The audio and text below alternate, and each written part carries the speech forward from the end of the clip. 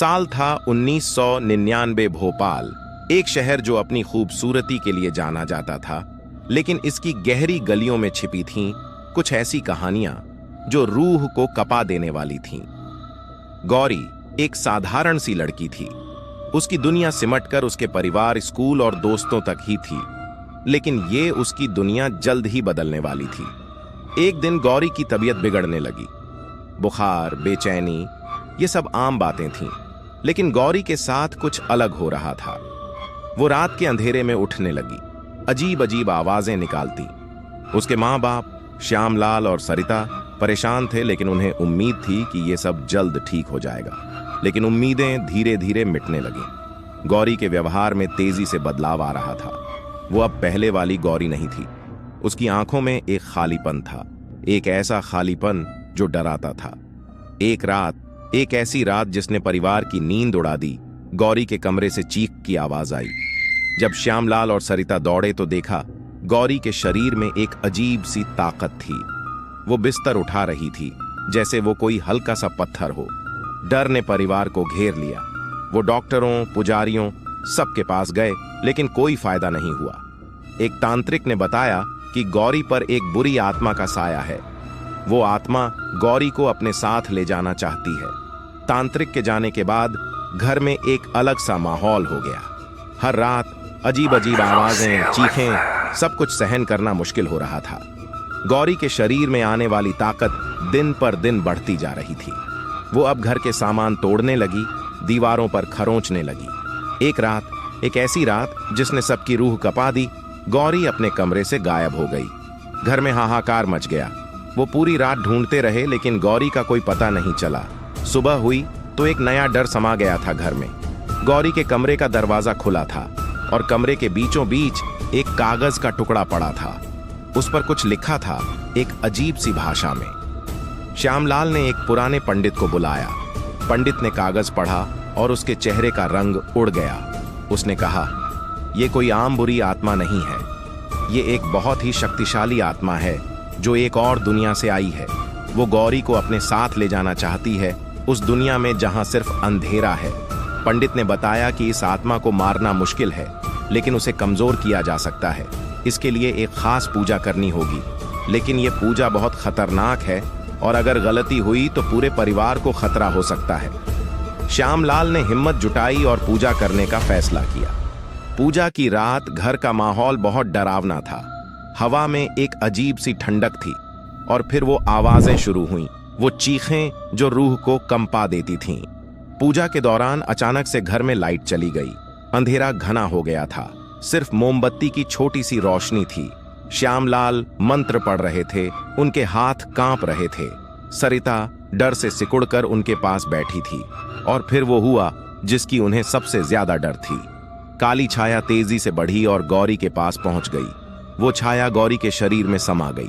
गौरी की आंखें लाल हो गईं और उसका चेहरा एक सारहे हुआ मांस के लोथधे जैसा हो गया। श्यामलाल ने जोर से मंत्र पढ़ना शुरू किया। घर कांपने लगा, सामान उड़ने लगा। एक तूफान सा मच गया घर में। बिजली चमकी और एक जोरदार आवाज हुई। जब सब कुछ शांत हुआ तो घर में सन्नाटा था। मोमबत्ती बुझ गई थी, अंधेरा छाया हुआ था। श्यामलाल और सरिता डर के मारे एक दूसरे से चिपके हुए थे। धीरे धीरे उनकी आंखें आदत होने लगीं और उन्हें कुछ दिखाई दिया। गौरी बिस्तर पर लेटी थी, उसकी आंखें बंद थीं। वो शांत दिख रही थीं। श्यामलाल और सरिता ने राहत की सांस ली। हो सकता है कि पूजा काम कर गई हो, लेकिन ये राहत ज्यादा देर तक नहीं रही। गौरी की आंखें धीरे धीरे खुलने लगीं, लेकिन अब उसकी आंखें पहले जैसी नहीं थीं। उनमें एक खालीपन था, एक ऐसा खालीपन जो डराता था। और फिर वो मुस्कुराई, एक ऐसी मुस्कान जो रूह तक कपा देती थी। उसके बाद जो हुआ वो किसी बुरे सपने से कम नहीं था। गौरी के व्यवहार में और भी ज्यादा बदलाव आया। वो अब और भी ज्यादा ताकतवर हो गई थी। वो छत से लटक सकती थी और सबसे डरावनी बात, वो अब बात करने लगी थी, लेकिन उसकी आवाज इंसान की नहीं बल्कि एक जानवर जैसी थी। गौरी ने उस समय कुछ ऐसा बोला जिसे सुनकर श्यामलाल और सरिता के होश उड़ गए। तभी सरिता ने बोला, ये कैसे हो सकता है? वो वापस कैसे आ सकता है? उसे बांध दिया गया था। श्यामलाल के होश उड्डे हुए थे। वो कुछ भी करने हालत में नहीं था। तभी गौरी जोर जोर से हंसने लगती है। वो ऐसा मंजर था जिसे देख किसी की भी रूह कांप जाए। श्यामलाल होश में आता है। सरिता को वहीं गौरी के पास छोड़ देच बाहर की तरफ भागता है। ये देख सरिता दीवार के कोने में बैठ जाती है। श्यामलाल अपने कमरे से एक धागा लेकर वापस आता है। गौरी उसके हाथ में धागा देख एक छलांग में कमरे के दूसरे कोने में कुंद जाती है। श्यामलाल सरिता से गौरी को पकड़ डडी एचने के बोलता है। जैसे तैसे वो गौरी को पकड़ डडी एच कर उस धागे को गौरी हाथ में बांधते हैं। गौरी अपने मुंह से एक गाढ़ा हरा पदार्थ श्यामलाल के ऊपर उलटी है। गौरी थोड़ा शांत होती है और वो रात निकल जाती है। सुबह होते ही श्यामलाल गौरी को लेकर गांव की तरफ रवाना होता है।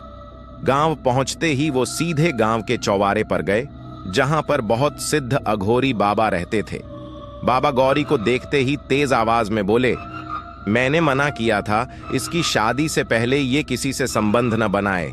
अगर बनाए तो वो वापस आ जाएगा और इसीलिए बिना नहीं जाएगा। सरिता और श्यामलाल बाबा के पैरों में गिर जाते हैं। बाबा, आप ही हो जो मेरी बेटी को बचा सकते हो। बाबा और तेज आवाज में बोलते हैं, मैंने तुम्हें पहले ही चेतावनी दी थी, लेकिन तुमने मेरी चेतावनी को नहीं समझा। वही बाबा के पास बैठे हुआ उनके एक शिष्य ने कहा, बाबा, इनकी पीठ ढा देखो, इस मासूम बच्ची को बचा लीजिए।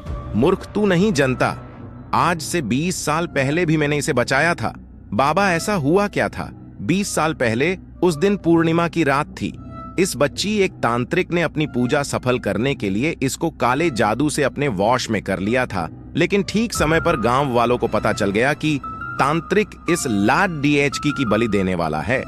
गांव वालों ने उस तांत्रिक को उसकी आधी पूजा में ही जान से मार दिया था। उस तांत्रिक के आखिरी शब्द ये थे कि वो इस लाड डीएचकी की बलि जरूर देगा। उस दिन के ठीक 2 साल बाद वो तांत्रिक इस लड्डचकी पर हावी हो गया। वो तो भगवान शिव की कृपा थी जो मैं इस गांव से गुजार रहा था, तो मैंने इसे बचा लिया। तब मैंने इन मूर्खों से बोला था, इस लड्डचकी के शादी से पहले किसी भी मर्द से शारीरिक संबंध न बने। अगर ऐसा हुआ तो वो वापस आ जाएगा। तब इस लाडी डेचकी को कोई भी नहीं बचा सकेगा। श्यामलाल बाबा से बोलता है, आप बचा सकते हो मेरी बेटी को। गौरी की हालत देख बाबा मान जाते हैं। पूजा की सामग्री मंगवाते हैं।